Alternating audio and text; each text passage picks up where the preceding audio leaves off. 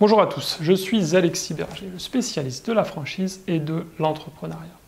Aujourd'hui, je vous invite à aborder un thème tout simple, ouvrir une franchise. Est-ce simple, compliqué? Cela demande-t-il beaucoup d'argent, du temps, des qualifications spécifiques, etc. Un beau programme en perspective comme vous pouvez le constater. Rentrons directement dans le vif du sujet. Si vous voulez ouvrir n'importe quoi, n'importe comment, c'est facile et rapide. Mais si vous regardez mes vidéos, je pense que vous avez compris que pour réussir, il va quand même falloir faire un peu plus.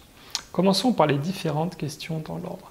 Est-ce simple ou compliqué d'ouvrir une franchise? Dans la majorité des cas, cela est plus simple que compliqué. Le franchiseur vous apportera son aide et vous suivrez un chemin préétabli que de nombreux franchisés auront suivi avant vous. C'est plus compliqué pour les marques les plus courues. Vous voulez par exemple ouvrir une franchise Starbucks, oubliez. Pourquoi? Parce que tout le monde veut en ouvrir une. Dans ce cas, vous vous retrouverez dans une position d'infériorité, où la marque a tellement de candidats que sa sélection sera drastique.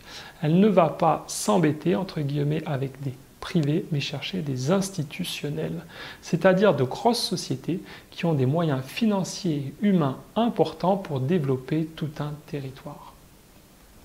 Ouvrir une franchise demande-t-elle beaucoup d'argent?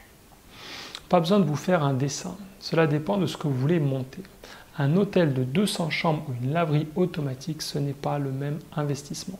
Si vos moyens sont limités, vous devez vous tourner vers une franchise de service.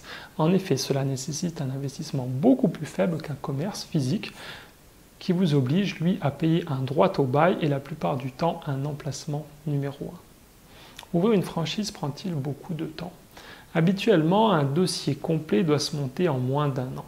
Je pense que ce qui doit vous prendre le plus de temps, c'est la recherche du bon emplacement. Mais surtout, le plus important, au bon prix. Il n'y a rien de plus énervant que de travailler pour votre propriétaire. Avez-vous besoin de qualifications spécifiques pour ouvrir une franchise? La plupart du temps, non. Et cela est le gros avantage de la franchise. J'ai un diplôme d'informatique et pourtant ma première franchise était un magasin de fleurs.